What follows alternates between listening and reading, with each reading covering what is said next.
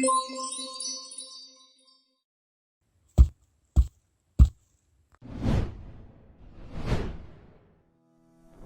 guys, my name is Isabella and I'm a member of Crafts for Charity. I will be teaching you how to create a chain and single crochet stitch. Many 2D projects like scarves and blankets begin with a chain. Keep in mind that you do not have to use the single crochet stitch for every project. Choose the stitch that works best for you. You will need to crochet a chain and use at least one type of stitch to create the 7x9" rectangles that we collect to make blankets. Visit our site at craftsforcharity.com to learn more about how you can help. Your finished chain should look like this. Your finished single crochet stitches should look like this.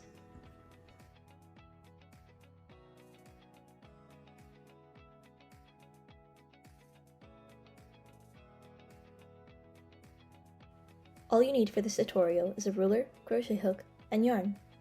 For weights and sizes, you should preferably use worsted yarn and a crochet hook between 5.5 and 6.5 millimeters or I9 through K 10.5 in US sizes.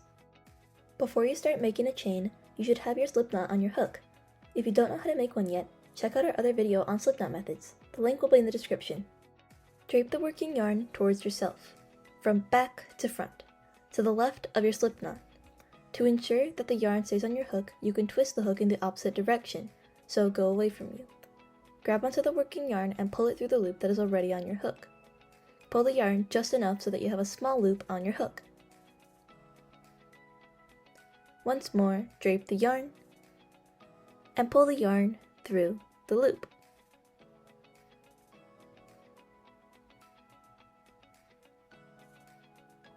Make sure that your loops stay loose enough for the hook to easily slide through.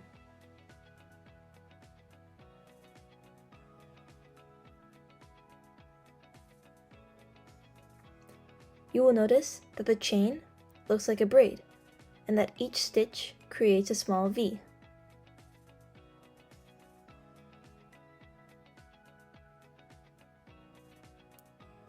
Continue adding more chain stitches until you get to about 3 inches in length.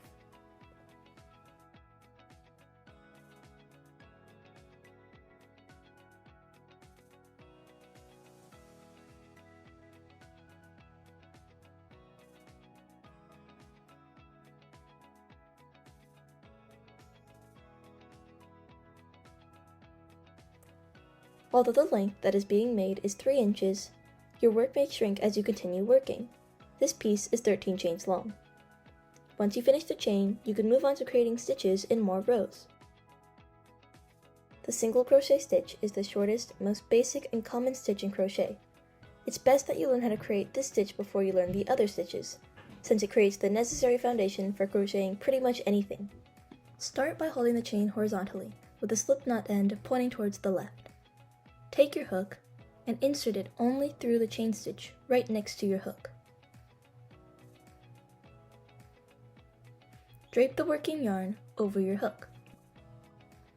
Twist the hook if you want to make sure it stays on the hook. Pull the working yarn through only the chain stitch. You should now have 2 small loops on your hook. Drape the working yarn once more and pull it through both of the loops. If you find that you are having trouble pulling it through both loops simultaneously, pull through the loop on the left first and pause. Once you have the yarn through that first loop, pull it through the right loop.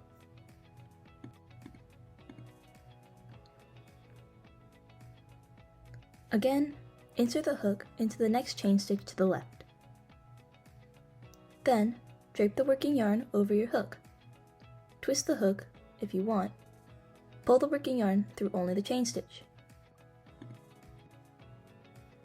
Drape the working yarn over your hook and pull through both loops. After each stitch, you will be left with only 1 loop on your hook. So insert, drape, pull through only the chain stitch, drape once more, and pull through both loops. Continue crocheting through the chain stitches until you get to the last stitch.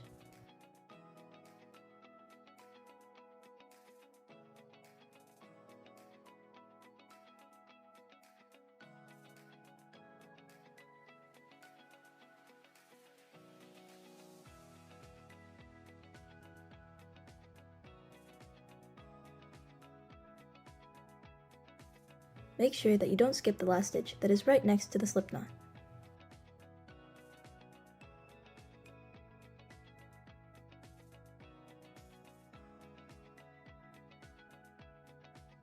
Now you're done crocheting your first row. You will notice that when you look at the row from the bird's eye view, the stitches create a pattern, similar to a braid, as each stitch creates a V. To begin the next rows, you are going to flip over your work each time.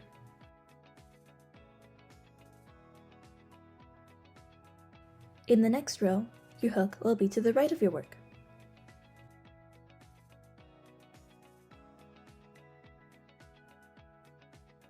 Your hook is now to the left of your work.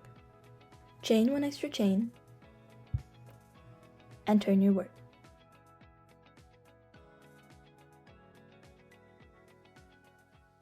Insert your hook into the V pattern that is to the left of your hook and repeat the same steps.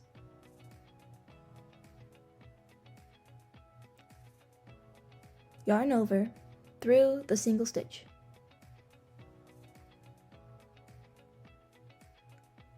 And then yarn over through both of the loops that are on your hook.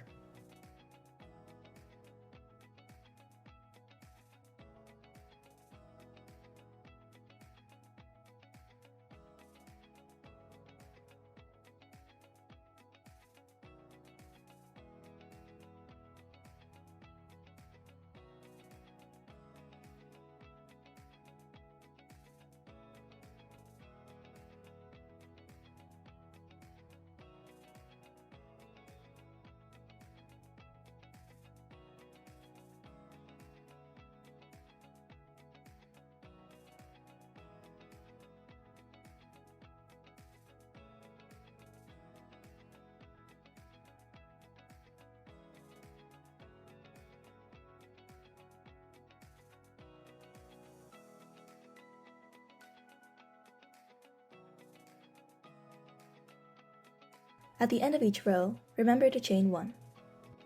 Repeat the process over and over again until its length reaches 3 inches.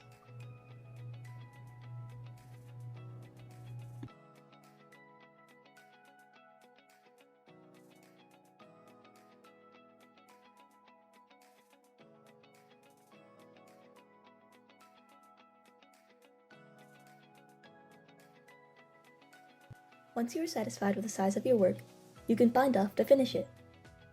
Binding off your crochet project is very similar to the way you would bind off a knitting project. The only difference is that you would just need to finish crocheting the final row and then weave in the tail yarn. If you would like a visual, please feel free to check out our knitting bind off video.